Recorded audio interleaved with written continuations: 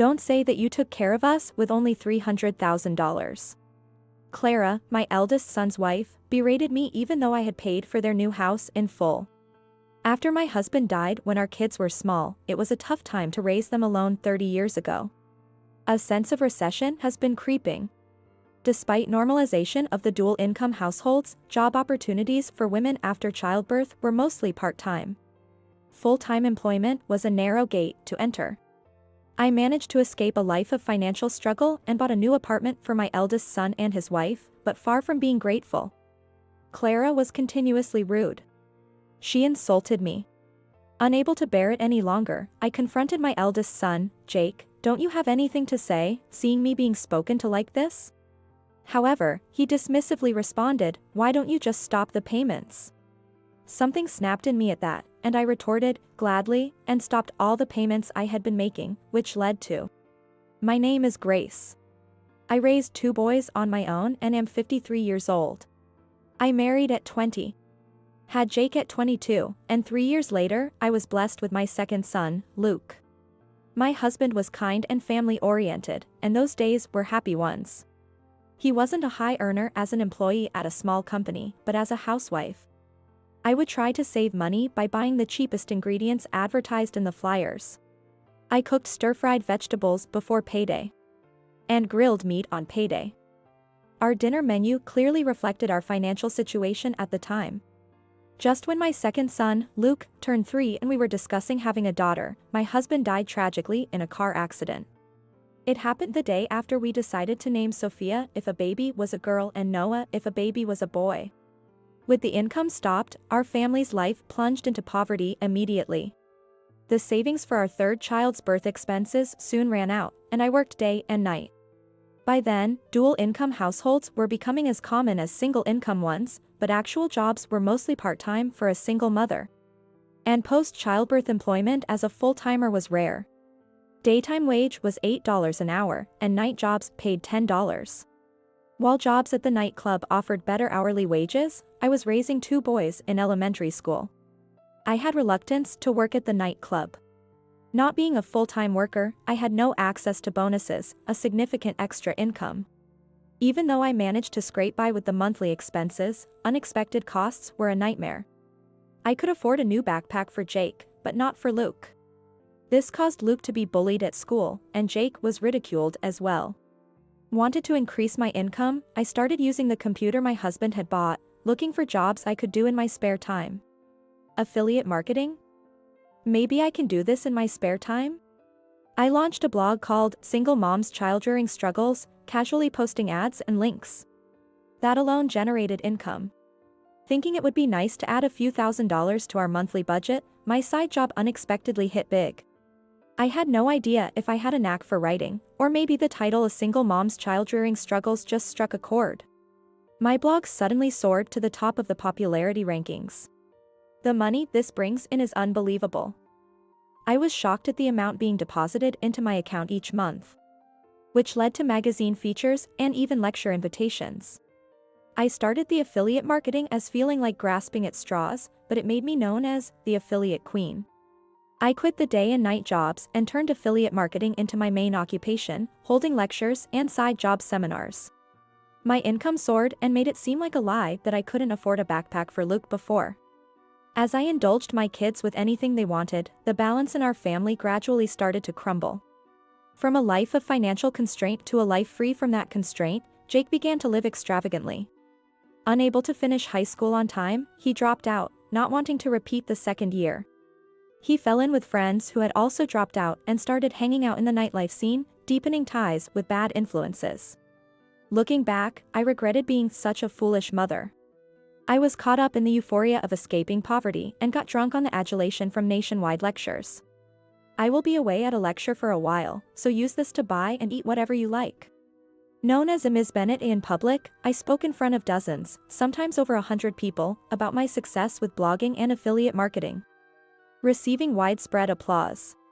Working non-stop across multiple part-time jobs was the same as having a busy schedule, but the sense of fulfillment was incomparable. During my son's crucial teenage years, I wasn't there for them as much as I should have been. And I ended up giving Jake whatever amount of money he asked for.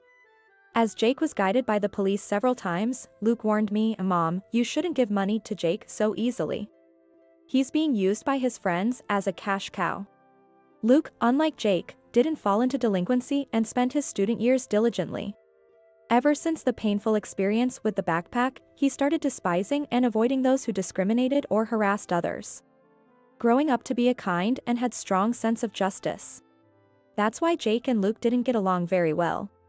"You really should make Jake get a proper job," I was told. This advice came when Jake was over 20 years old. 3 years had passed since he dropped out of high school, and he couldn't stick with any part-time jobs. Even from his brother's perspective, it must have been worrying to see Jake floating around under the guise of helping his bad friends. I begged my acquaintance to get Jake a job at a publishing company. However, his stint there didn't last long. Repeated unexcused tardiness and absences led to his dismissal.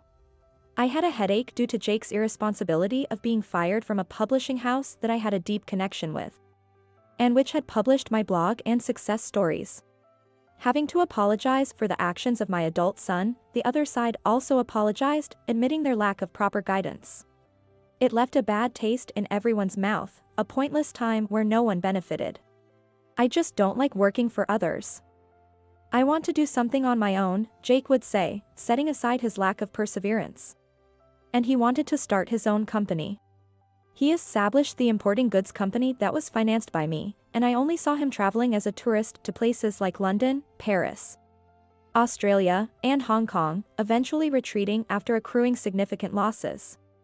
"I have many close friends, so I'm sure I'll succeed," he said before starting a network marketing business. I even bought pots and water purifiers for Jake's sake, but this venture also failed, and he signed Luke up as a member without asking, further straining their relationship. Since he used Luke's name to sell pots and water purifiers to all his friends, Luke and I spent our days apologizing to them. Despite this, Jake fell in love with a woman named Clara he met through the network marketing business, and he decided to marry and work seriously. Hoping that marriage and having a family might instill some responsibility in him, I once again supported Jake. It was the new apartment for the couple. I paid for all the expenses of their new apartment. They didn't have a wedding ceremony because they recently quit network marketing and the financial situation was unstable. They wanted to open a wine bar in a prime location, so I financed their startup. Jake was over 30 years old at that time. He got married, and it was troubling that he was still constantly relying on me. Despite my help in securing jobs and funding startups, he has repeatedly given up, so Jake and I jointly established a company to run the store. I made it clear multiple times that this was his last chance as we went into business together. But, unsurprisingly, it turned out exactly as I feared. He boasted that his connections from the import business would allow him to get great wines at bargain prices. But it looked more like he was just hosting nightly gatherings with friends. "Grace, why don't you bring some friends over for a drink sometime?" Whenever I stopped by the bar, a nearly passed out Clara brazenly made this request. "Since you're an executive of the company, shouldn't you be doing something about sales, or this place might go under?" Ahaha. Watching Jake laugh sloppily in his drunkenness, I was speechless. Still, I could tolerate Jake's irresponsible remarks as a parent, but Clara's attitude only evoked disgust. "You know, I might seem like this, but I come from a really good family. My parents are super rich. If you ever need money, just let me know. I can help." She claimed her usual refrain while clutching an empty bottle of red wine. However, having met Clara's parents just once during their marriage introduction, I felt no sense of their alleged affluence. Only her brother Jacob's domineering presence left an impression. I always wanted a big brother, so I'm happy. At that time, I was concerned about how unusually attached Jake had become to Jacob. Months after the opening, the bar was recording losses of several tens of $1,000s monthly, and the startup funds I provided were depleted. I was covering the monthly deficits, but there was no sense of urgency or worry from Jake and his wife. What should I do? I couldn't stand it anymore, so I confided in my younger son, Luke. Since the network marketing incident, Luke had been avoiding Jake, but he listened empathetically to my concerns, saying, "I'll look into it." There were some things I've been curious about for a while. A week later, I visited Jake's store. The end of the month was approaching and rent and utility bills due were soon. I needed to check the sales and cover any shortfalls. It was 9 p.m. Despite it being peak hours for a wine bar, only Jacob's crew was present, and Jake along with his wife Clara were getting drunk at the same table. After several months since opening, how many times had I witnessed this disheartening scene? I sighed heavily and approached Jake, speaking up. Jake, if this continues, I'm going to close this place down. It wasn't Jake who reacted immediately to my calm statement. What's with the scary face? If you're so worried, why don't you do some marketing and bring in some acquaintances? Clara's slurred speech was nothing short of unpleasant. You said you would work hard with Jake, yet what is this mess? Although I strongly resisted speaking to Clara under normal circumstances, the situation demanded confrontation. What was she thinking, getting drunk every day with Jacob's friends? I couldn't help but confront her. I wasn't expecting a coherent reply due to their intoxication. But instead of Jake, it was Jacob who spoke up. What are you talking about? You're a co-owner too, quitting would only tarnish your own reputation. He sat arrogantly on the couch, his demeanor lacking any respect for his elders or family. A nouveau riche woman doesn't know how to spend money properly. It's fine, we're taking care of it for you. Incredibly, Clara's words were so outrageous that I couldn't help but become emotional in response. I lost my composure and retorted, how can you say such awful things? I provided the funds for this place and even for your apartment. Since I had made my children endure hardships and feel pain because of money issues throughout their childhood, I've felt guilty and allowed them to have whatever they wanted now that we were financially stable. But I couldn't stand her insulting me, who had paid for everything for her and my eldest son's new home. Then Clara brazenly responded, don't say that you took care of us with just $300,000, and turned away dismissively. Jake, I am being insulted like this, don't you have anything to say? I vented my anger at Jake for not defending me right in front of him. Stop the payments then. Jake blurted out his words with a drunken flush and not even looking at me, and something inside me just snapped. Gladly. I left the bar with those final words. As I stepped out, Clara's loud voice followed, go ahead and try it then. A few days later. As the month turned, I was summoned to the bar by Jake and his wife. It seems they were facing collections from various parties since I had stopped all the payments at the end of the month. It's okay, I'll go with you, Luke agreed to accompany me and reassured me. I arrived at 1 p.m. today for a discussion. I chose a time when that couple typically didn't drink, as we needed to have an important conversation. Jake, his wife, and even Jacob were at the bar. Jacob was the first to speak up. What's this, brought a bodyguard today? He said mockingly upon seeing Luke. It seemed like a confirmation. Ah, that's my brother. When Jake explained to Jacob, he nodded slightly and understood. His speech was clear and articulate, so I was relieved that it seemed he hadn't been drinking. However, it was concerning that while Clara and Jacob were seated comfortably on the sofa, Jake was the only one standing. You didn't pay the rent or utilities, but what are you thinking? Jacob thumped his foot loudly on the table and suddenly started speaking. I got angered by his rude behavior and I retorted, that's none of your business. No, it's not completely unrelated, let's continue, Luke intervened. I'm Luke, a lawyer. Clara and Jacob, who call yourself her brother. I am suing you for fraud and embezzlement. As Luke methodically laid out the charges, the three before him exchanged bewildered glances. Luke, when did you become a lawyer? At the time of the network marketing incident, Luke was still in high school. Since then, Jake hadn't had a proper conversation with his brother and was unaware of Luke's profession. Clara, you haven't officially got married with Jake yet, have you? But since you live in the apartment my mother bought with my brother and work in the store she funded, it seems you would be considered in a common law marriage. Luke ignored Jake's question and continued speaking calmly. What? We got married, right? Surprised by Luke's point, Jake questioned Clara. She sat up straight uncomfortably and stammered, well, that's... I had thought Luke's earlier mention of looking into things pertained to this. However, it appeared he had investigated far deeper and continued speaking smoothly as if prepared. Furthermore, you have been intimately involved with Jacob Parker and had lived together until just before you started living with my brother. Right? At Luke's next remark, Jake was surprised and interrupted. Ah, Jacob, so your last name is Parker? It was also the first time I learned this fact. Yet, I couldn't help but be frustrated by Jake's ignorance. Additionally, because you still have stayed at Jacob's place several times a week, you are also effectively in a common-law marriage with him, which constitutes bigamy.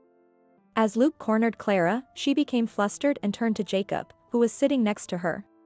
Wait a minute. Jacob, what's this about? You said tricking Jake wouldn't be a crime. In front of me and Jake, Clara was so flustered that she mentioned she had been deceiving Jake under Jacob's guidance. I was dumbfounded because her statement was essentially an admission of the crimes Luke was outlining. You approached my brother with financial motives, maintained relations through deceit, and created a state of bigamy. Sounds like marriage fraud too.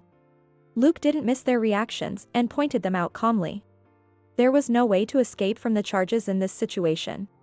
Realizing the gravity of the situation, the previously domineering Jacob suddenly changed his tone. Wait, hold on.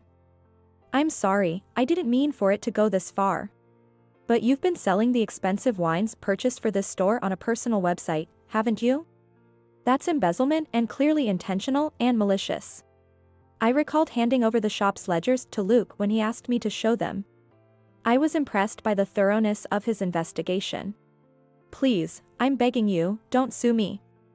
I'm on probation, it's a bad situation for me. Probation? I was confused by his use of a probation, but Luke quickly clarified. Probation. Oh, you mean the suspended sentence you got for a previous marriage fraud scheme with Clara before involving my brother? You were lucky to get probation after a plea deal the first time, but reoffending will probably lead to a combined sentence. A long sentence is well deserved. It all made sense now. I was convinced by Luke's explanation that these two had been caught for similar offenses before involving Jake. What about me? What happens to me? Then Clara, who was the former daughter-in-law and turned out to be fraudster, interjected selfishly. You're also on probation, so it'll be the same as him. By the time your term is complete, you'll be older than my mother's current age of 53. I was 53 years old and this woman was around 30 at this time. I wondered if there really could be a sentence of over 20 years. Since you reoffended while on probation, the previous 5-year sentence will be added to whatever sentence you receive for these crimes. With charges of embezzlement, fraud, and bigamy all evidenced, you should be prepared. Though I didn't understand the details and Luke might have been exaggerating, his words indicated the seriousness of the crimes. The two seemed resigned and fell silent. What? So I was a victim of deception? Luke, thank you. You've really saved me. Jake made an inappropriately light-hearted remark, assuming he was unrelated and thanking Luke with relief. We're pressing criminal charges against these two, but I'm considering a civil lawsuit against you, Jake. Luke calmly stated this to an overly cheerful Jake. What? I don't understand all that complicated stuff. Jake cried out pitifully. First, despite being a co-owner with me, Jake let Jacob dictate operations, neglecting sales and management. And for turning a blind eye to Jacob fencing off expensive wines, Luke was filing a claim for damages. If you don't mend your ways, Jake, I might even press criminal charges for breach of trust. Luke sharply made his point. In front of me, the three were apologizing repeatedly and begging Luke, please forgive us. Luke had heard about Clara's bad reputation since the network marketing incident, and it seemed he was aware of her existence. While attending university and studying law, he worked part-time at a detective agency, strategically building connections that could assist in investigations once he passed the bar exam. After graduating, he continued working at the detective agency while taking the bar exam, and last year he successfully passed, achieving his dream of becoming a lawyer. Despite being a novice lawyer, he was respected for his investigative skills. And I was somewhat in awe of his strategic approach and execution abilities. Having faced undeserved bullying in his childhood, he grew up to be a just and decisively active adult. The difference between him and Jake was stark, and I couldn't help but sigh. No, that difference was largely due to my failures in parenting, and I should be thankful that Luke took those bad experiences as lessons. Years later. In fact, Luke has not sued Jake, Clara, or Jacob. Rather, it seems he hasn't sued them yet. According to Luke, there are several years before the statute of limitations on fraud expires, and since the evidence was in place, there was no rush to proceed.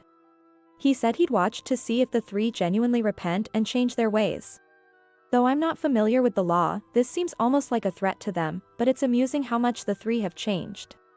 Clara now works in a nursing home, living on site without makeup, her hair and nails cut short, sweating through her daily tasks. Jacob has decided to become a monk at a certain church. He's still an apprentice, busy from dawn to dusk with cleaning and chores. Naturally, he's probably terrified of being prosecuted. As for my son Jake, whom I was most worried about, he has cut ties with Clara and Jacob and continues to run the wine bar alone. It's turned out his connections for importing were genuine, and he really could source good wines. Seemingly inspired by his brother Luke, Jake is now seriously dedicated to his work. The store is located on prime real estate, originally chosen by me. While it may not become hugely successful, consistent and diligent work should prevent it from continuing to operate at a loss. Perhaps waking up to reality, the bar is gradually gaining recognition as a place that offers good wines. Jake is faithfully transferring the amount specified in a written promise, which Luke asked Jake to draft, to me every month.